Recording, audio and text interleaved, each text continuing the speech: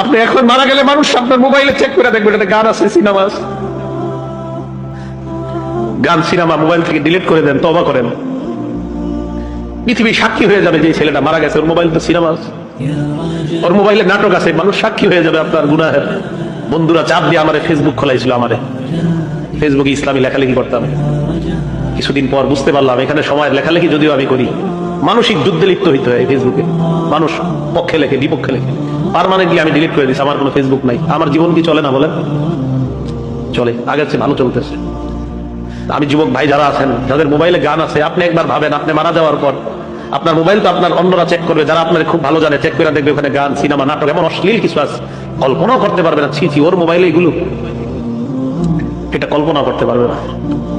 আবু ওয়াইল মাথাটা নিচের দিকে দিয়ে বলে যে গান অন্তরে মুনাফিকি সৃষ্টি করে, গান নেফাক সৃষ্টি করে।